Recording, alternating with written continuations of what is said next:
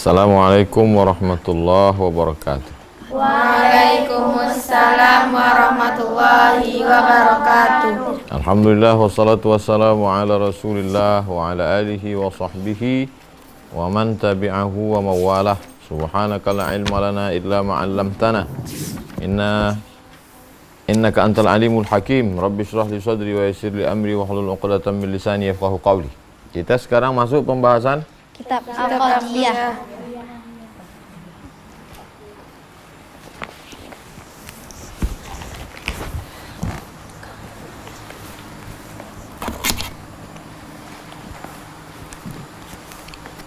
qada.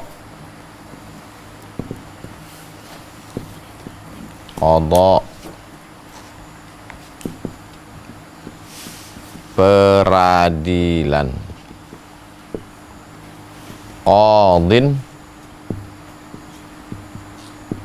hakim.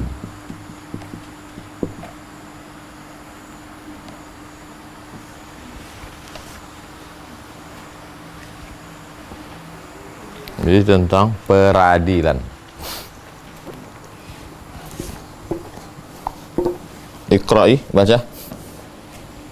Kitab Al-Qadiyah, hukum-hukum pengadilan. Yang dimaksud dengan hukum di sini ialah memisahkan atau mendamaikan dua pihak yang berselisih, yaitu dengan hukum Allah Subhanahu wa taala. Firman Allah Subhanahu wa taala, Wa anihkum, hendaklah kamu memutuskan perkara, bainahum, di antara mereka, bi, dengan, ma, apa, anzalallah, yang diturunkan Allah. Apa yang diturunkan Allah? Al-Quran. Jadi memutuskan hukum berdasarkan Al-Quran. Wa idza, apabila, hakamtum, menetapkan hukum. kamu menetapkan hukum, hakamtum, baina, antara nas, manusia, antahkumu, supaya berhukumlah kamu, bil adli, dengan adil. dengan adil. Sabda Nabi, al-qudatu hakim. Al-qudatu hakim, salah satun, tiga. Qadin, satu hakim, fil jannah, di surga. Qadiyani, dua hakim, finnar. Hakim itu ada tiga, satu masuk surga, dua masuk neraka. Qadin arafal haqqa, hakim yang tahu kebenaran. Faqadha, ditetapkannya hukum, bihi, dengan kebenaran. Fahuwa fil jannah, di mana dia? Surga. Wa qadin, ada hakim, arafal haqqa, tahu kebenaran. Fahakama bi khilafihi, tapi dia menetapkan hukum tidak dengan kebenaran. Fahuwa finnar, di mana dia? Neraka. Wa qadin hakim, qadha, menetapkan hukum, ala jahlin. Apa arti jahil? Tak tahu dia. Fahuwa finnar, dia juga masuk neraka. Syarat-syarat menjadi hakim. Syarat-syarat menjadi hakim. Orang yang berhak menjabat sebagai hakim hanya orang yang memenuhi persyaratan sebagai berikut. 1. Islam, berarti orang yang menjadi hakim itu hendaknya orang Islam. 2. Balik, sedikitnya sudah berumur 15 tahun. 3. Berakal, atau bukan orang bodoh. 4. Merdeka, bukan hamba sahaya. 5. Adil. 6. Laki-laki. 7. Mengerti ayat Al-Quran dan hadis, sedikitnya yang bersangkutan dengan hukum-hukum. 8. Mengetahui ijma' ulama dan perselisihan paham mereka. Ijma', lingkari ijma'. Berarti ijma', kesepakatan ulama. Ayat Quran, lingkari ayat Quran 500 sampai 600 ayat. Lingkari ayat Quran itu 500 sampai 600 ayat. 500 sampai 600 ayat itu ayat apa? Ayat hukum. Hakim mesti tahu 500 sampai 600 ayat. Ayat apa? Ayat hukum. Ayat ahkam istilahnya. 9. 9. Mengetahui bahasa Arab sekadar dapat memahami ayat dan hadis. Itu maka kalau saya membaca ayat, tak saya bacakan terjemahnya langsung ke kalian. Potong-potong biar supaya paham. Siapa yang paham kosakata Al-Baqarah? Siapa yang paham kosakata Al-Baqarah? maka mudah dia memahami surat yang lain. Kenapa? Siapa yang paham Al-Baqarah, mudah dia memahami surat yang lain. Kenapa? Karena Al-Baqarah paling panjang. Kosakata paling banyak di Al-Baqarah. Asal udah jumpa di Al-Baqarah, jumpa di surat Al-Maidah, jumpa di Al-An'am, jumpa di Al-Anfal, jumpa di Al-Qasas, jumpa di Al-Mulk. Maka baca Quran itu baca potong-potong, pahami kosakatanya. Nanti kita belajar bahasa Arab, langsung membaca Quran, melihat kosakata. 10. Pandai menjalankan qiyas. Qiyas lingkari analogi. Analogi.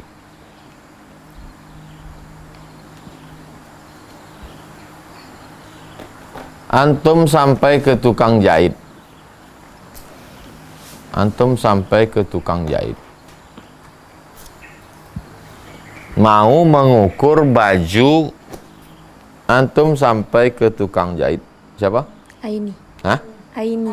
Aini sampai ke tukang jahit. Mau mengukur baju siapa? Hah? Dura. Aini sampai ke tukang jahit, mau mengukur baju Dura. Di teleponnya si Dura. Assalamualaikum Dura, berapa ukuran baju kau? Aku mau mengukur, mau menjahitkan baju di tukang jahit. Si Dura tak tahu berapa ukurannya.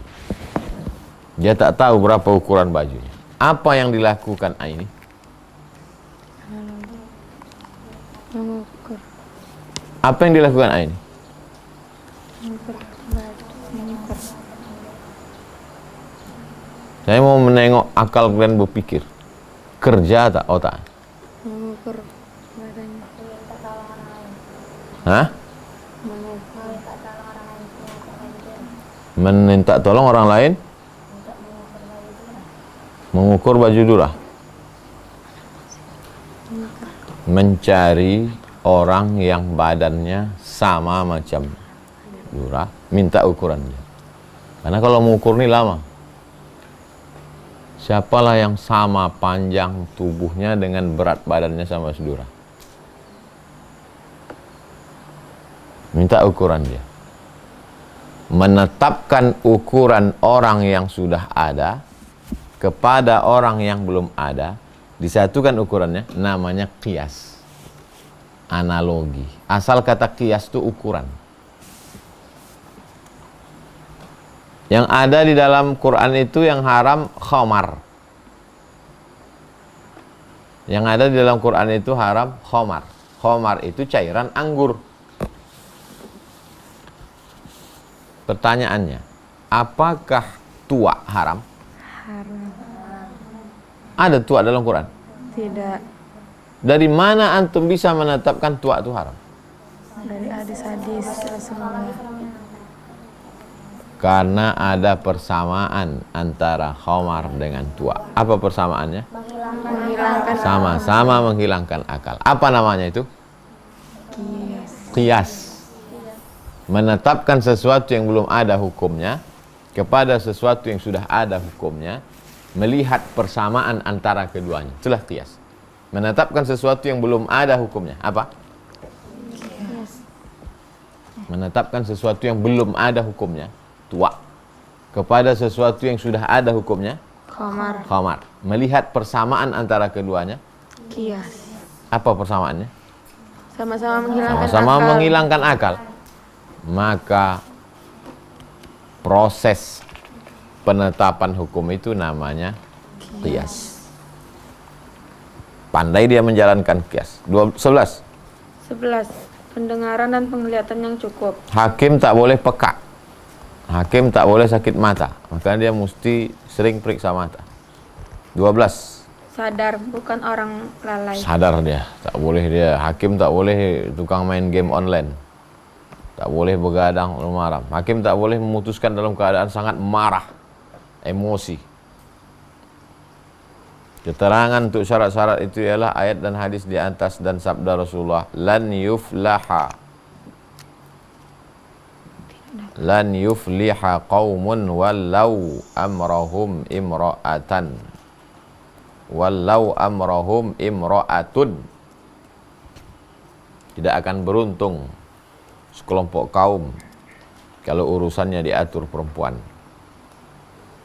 Kata Imam Al-Ghazali, untuk mendapatkan orang yang memenuhi syarat tersebut tidak mudah didapat di masa kini.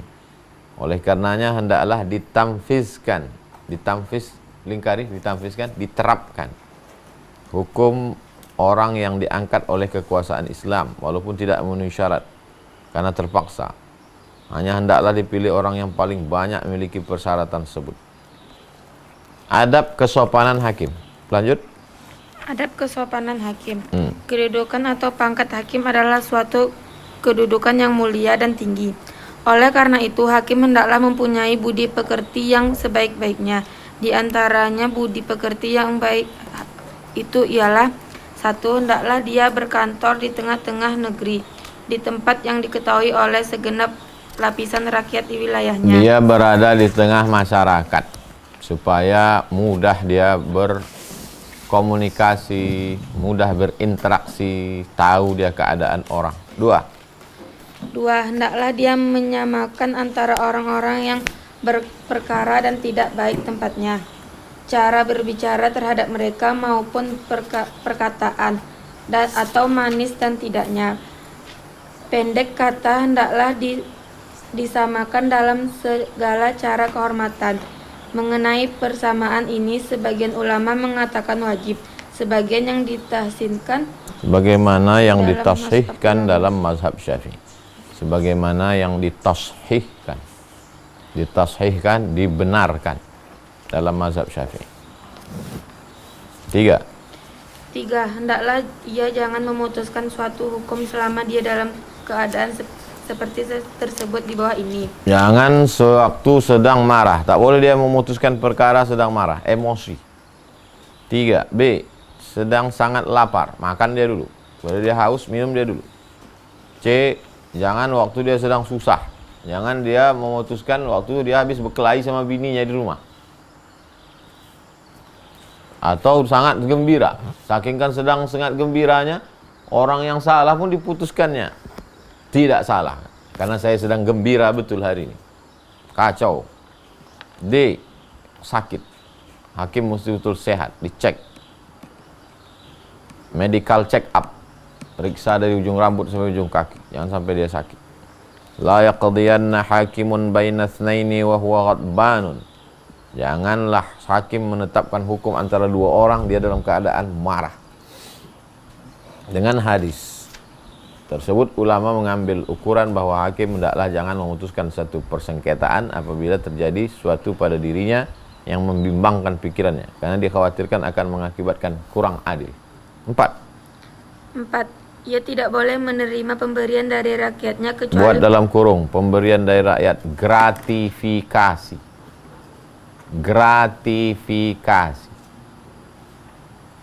Bukan hadiah. Tak ada angin, tak ada orang, hujan datang orang ngasih kita duit, itu hadiah. Tapi kalau hakim saya dikasihnya duit, itu berarti apa namanya? Gratifikasi. Kecuali orang memang biasa memberi hadiah kepadanya sebelum dia jadi hakim. Dan waktu itu tak dalam perkara. Larangan ini menutup pintu sogokan.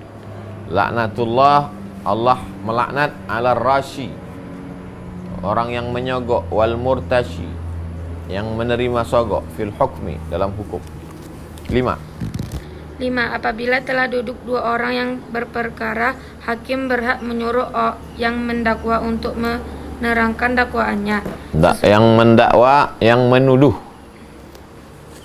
Lingkari, yang mendakwa, yang menuduh. Dia sudah mengambil ayam saya, Pak Hakim. Itu yang mendakwa. Yang tertuduh itu terdakwa. Terangkan dakwaanmu, wahai pemilik ayam. Subuh itu ayam saya berkokok. Habis itu saya pun ke masjid. Terus balik dari masjid, ayam saya itu tak berkokok lagi. Saya sangka tidur. Pagi-pagi saya buka pintu kandang ayam, sudah tak ada ayam. Sesudah itu hendaklah hakim menyuruh pula yang terdakwa, terdakwa lingkari tertuduh, untuk membela dirinya. Jadi siapa yang kau tuduh ngambil?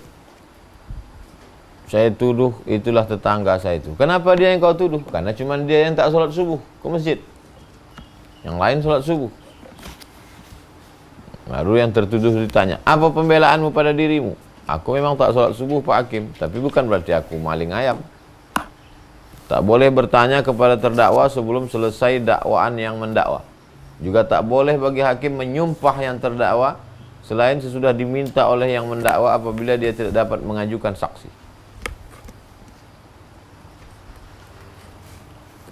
6. Hakim tak boleh menunjukkan cara mendakwa dan membela kepada keduanya. Dia mesti objektif.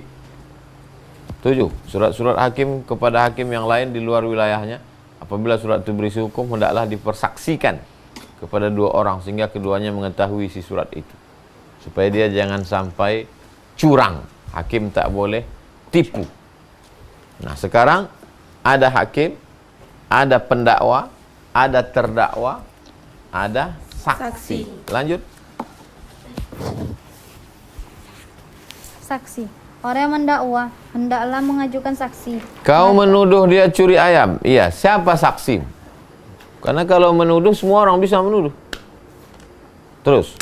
Maka jika yang mendakwa mempunyai saksi yang cukup, dakwaannya hendaklah diterima oleh hakim. Berarti dia menang dalam perkaranya. Tetapi jika ia tidak mendapat mengemukakan saksi, hakim hendaklah memberikan hak bersumpah kepada terdakwa. Siapa saksimu? Kau berani nuduh dia curi ayam? Tak ada saksi saya. Terdakwa kau ngambil? Tidak. Siap bersumpah? Siap. Wallahi, tallahi, billahi. Tulis itu.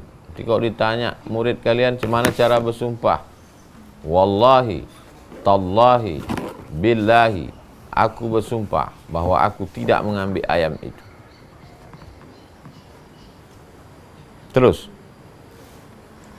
Dan kalau dia sanggup bersumpah, dia mendapatkan kemenangan.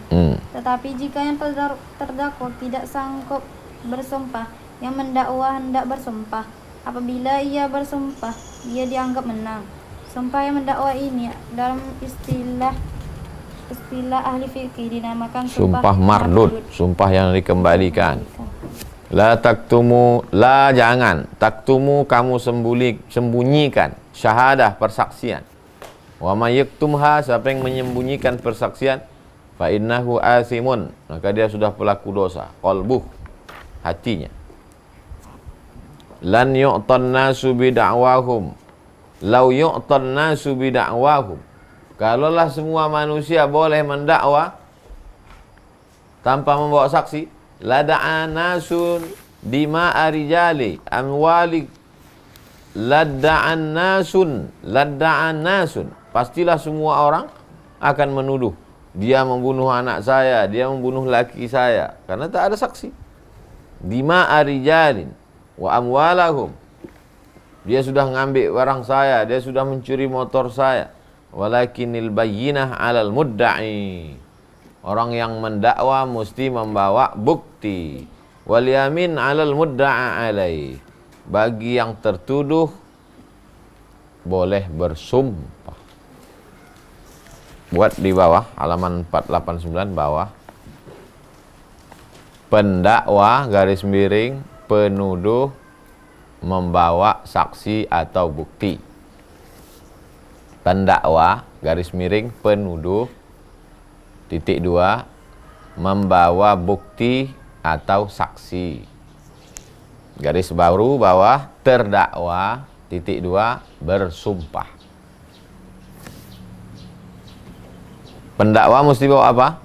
Saksi Atau bukti. Terdakwa bagaimana cara menolaknya? bersumpah. Annahu alaihi salatu wassalam, Nabi SAW raddal yamin, mengembalikan sumpah kepada yang mendakwa. Kalau dua orang saling mendakwa dengan tak ada saksi, sedangkan barang berada di tangan salah satu dari keduanya, hendaklah dihukum dengan sumpah orang yang memegang barang. Tapi kalau barang berada di tangan keduanya atau di tempat di tangan orang yang ketiga, kedua-dua hendak disumpah. Kemudian barang itu dibagi untuk keduanya. Sumpah dua-duanya, bagi dua. Barang ini punya saya, sumpah dua-duanya, bagi dua. Kalau bohong dia, itulah yang disebut dengan sumpah Ala adullukum ala akbaril kabair. Maukah kamu kutunjukkan dosa paling besar di antara dosa besar? Dosa besar itu 3. Kepada Allah syirik, kepada manusia durhaka pada emak ayah, kepada orang banyak sumpah palsu. Dosa besar 3. Kepada Allah syirik, kepada orang tua durhaka, kepada manusia banyak sumpah palsu. Syarat-syarat saksi. Orang yang menjadi saksi tidak diterima selain yang cukup memenuhi syarat-syarat di bawah ini. 1. Islam. Orang yang tidak memeluk agama Islam tidak diterima menjadi saksi untuk orang Islam. La tuqbalu syahadatu ahli dinin ala ghairi dini ahlihim. Tak diterima saksi pemeluk satu agama terhadap yang bukan pemeluk agamanya. 2. Balik minimal berumur 15 tahun. Anak-anak yang belum sampai umur tidak diterima menjadi saksi. Wastashhidu, saksikanlah. Carilah persaksian. Syahida ini 2 saksi, mirrijal dari laki-laki. Menurut bahasa Arab, anak kecil tak dinamakan rijal. Rijal itu orang yang sudah akil balik. 3. Berakal. Sebab orang yang tidak berakal sudah tentu tidak dapat dipercaya. Tak bisa dipercaya. 5. 4. Merdeka. Hamba saya tak diterima jadi saksi karena saksi diserahi kekuasaan. Hamba tak ada penyerahan kekuasaan. 5. Adil. Wa ashhidu, persaksikanlah zawai yang punya adlin, keadilan, minkum di antara kamu. Orang yang tak adil memiliki sifat-sifat. 1. A. Menjauhi segala dosa besar, tidak terus-menerus mengerjakan dosa kecil. B. Baik hati. C. Dapat dipercaya sewaktu marah, tidak akan melanggar kesopanan. D. Menjaga kehormatannya sebagaimana kehormatan orang setingkat dengan dia. Buat di atas. Adil lawannya fasik. Fasik. Orang yang menjauhi dosa besar, menghindari dosa kecil namanya adil. Orang yang melakukan dosa besar terus-menerus dalam dosa kecil namanya fasik. Wali nikah sama saksi nikah mestilah saksi yang adil. Jangan sampai ayah kalian minum khamar, dinikahkannya kalian, saksi fasik. Jangan sampai abang kalian main judi, dinikahkannya kalian, wali fasik. 6. Bukan musuh terdakwa dan bukan anak atau bapaknya. Tak boleh saksi bersaksi atas musuhnya. Tak boleh anak dengan ayah, ayah dengan anak. Beberapa hak. Lanjut. Beberapa hak. Hak ada yang bersangkutan dengan Allah semata-mata dan ada yang bersangkutan dengan manusia. Hak Allah.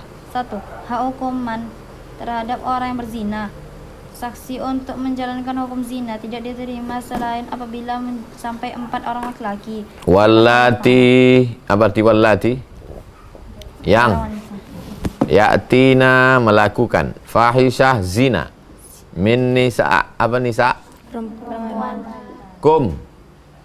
Assalamualaikum. Kum. Kam. Fastashhidu, hendaklah dipersaksikan alaihinna, terhadap mereka, arba'atan, 4 minkum, dari kamu, 4 orang saksi dari kamu, laki-laki saksinya. 2. Hukuman karena minum arak, merampok,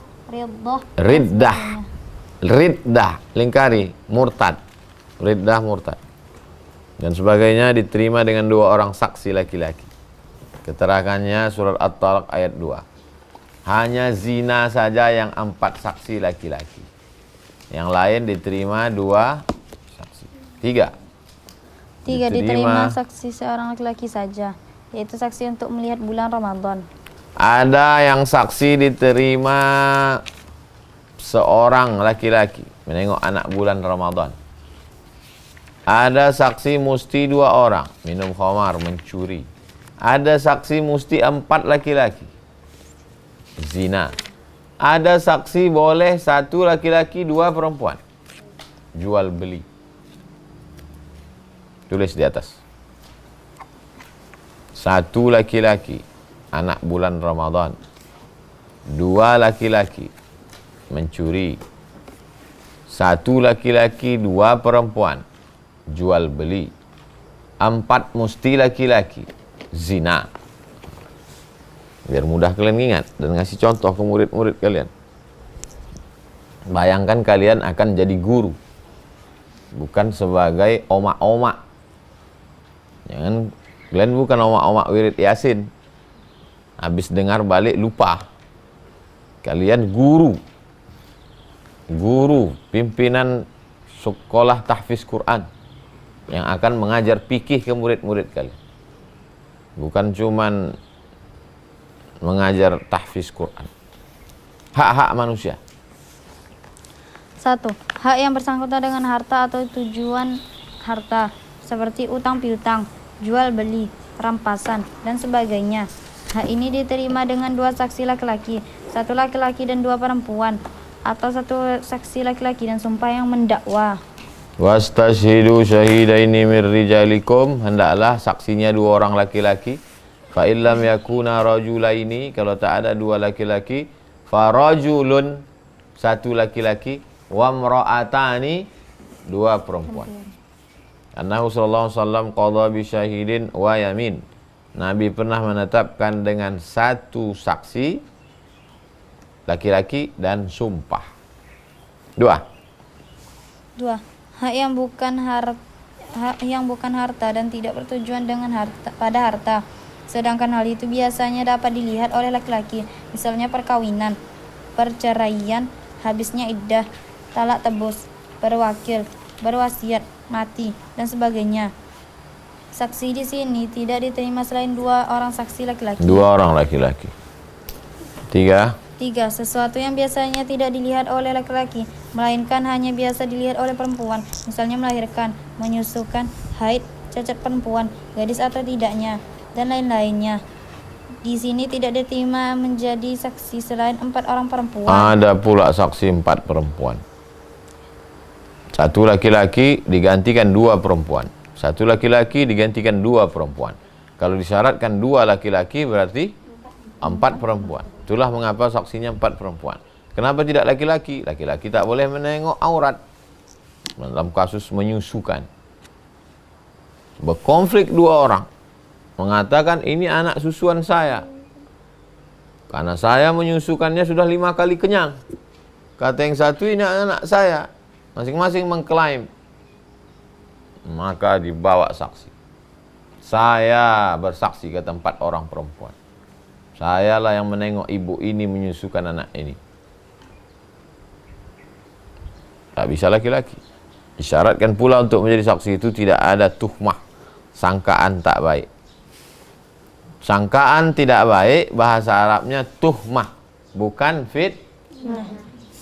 Fitnah dalam bahasa Arab itu artinya azab. Jadi bahasa Indonesia fitnah artinya sangkaan tak baik. Kau janganlah memfitnah si anu. Bukan fitnah, tuhmah.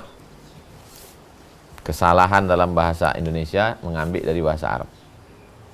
Oleh karena itu, orang menjadi saksi guna menarik keuntungan untuk dirinya sendiri atau menghindari kecelakaannya, saksi macam ini tak diterima. Memerdekakan hamba saya. Lanjut. Memerdekakan hamba saya. Memerdekakan ialah melepaskan hamba saya dari sifat kehambaan. Apabila hamba saya sudah dimerdekakan, ia mempunyai hak yang sempurna dan kewajibannya penuh seperti orang yang merdeka yang lainnya. Memerdekakan hamba sahaya sangat disenangi dan dianjurkan oleh agama Islam. Ayat tersebut pada mulanya merupakan sesalan Allah kepada manusia, karena Allah telah menunjukkan kepada mereka 2 jalan, jalan kebaikan dan kejahatan. Tetapi mereka tidak suka menjalani jalan kebaikan yang berat. Di antara pekerjaan yang berat tetapi baik ialah firman Allah Ta'ala, fakku raqabah, yaitu melepaskan budak dari perbudakan. Surah Al-Balad ayat 13. Sabda Rasulullah SAW. Man siapa a'taqa membebaskan, raqabah budak, a'taqallah Allah membebaskan, bikulli udwin setiap anggota tubuhnya, kakinya, matanya, telinganya, udwan min a'dha'ihi minan nar, dibebaskan Allah pula tubuhnya dari neraka. Siapa yang mau bebas dari neraka, bebaskanlah budak. Antum punya budak? Kita tak punya budak. Zaman sekarang tak ada budak. Begitulah cara Islam menghapuskan perbudakan. Terus. Orang yang memerdekakan hamba saya itu dianggap sebagai keluarga dari hamba yang sudah dimerdekakannya. Dia dapat menjadi walinya kalau yang dimerdekakan tidak mempunyai wali dari keluarganya yang seketurunan. Dia mendapat pusaka kalau tidak ada waris dari pihak orang yang memerdekakan. Saya punya budak. Budak ini saya merdekakan. Maka saya disebut orang yang memerdekakan hamba saya itu dianggap sebagai keluarga. Saya punya hamba saya namanya X. Dipanggil dia Mr. X. Saya bebaskan dia. Kau sejak hari ini tak jadi budakku lagi lillahi ta'ala. Free, gratis, bebas. Maka sejak itu saya menjadi keluarganya. Dia dapat menjadi wali kalau di mereka itu tak punya wali dari keluarganya. Kebetulan si X ini tak ada walinya, sendirian dia. Maka saya bisa jadi walinya. Dia mendapat pusaka kalau tak ada warisan dari keturunan keluarganya. Si X ini bekerja, bertanam, berkebun, bisnis, banyak duitnya. Mati dia. Siapa yang mewarisi hartanya? Saya. Karena saya adalah bekas tuannya dulu. Ini turun-temurun kepada laki-laki dari keluarga yang memerdekakan. Itulah sedikit keterangan yang bersangkutan dengan hamba saya. Kita singkatkan saja karena menurut pendapat beberapa ulama, sekarang tak ada lagi seorang pun yang bersifat hamba yang sah.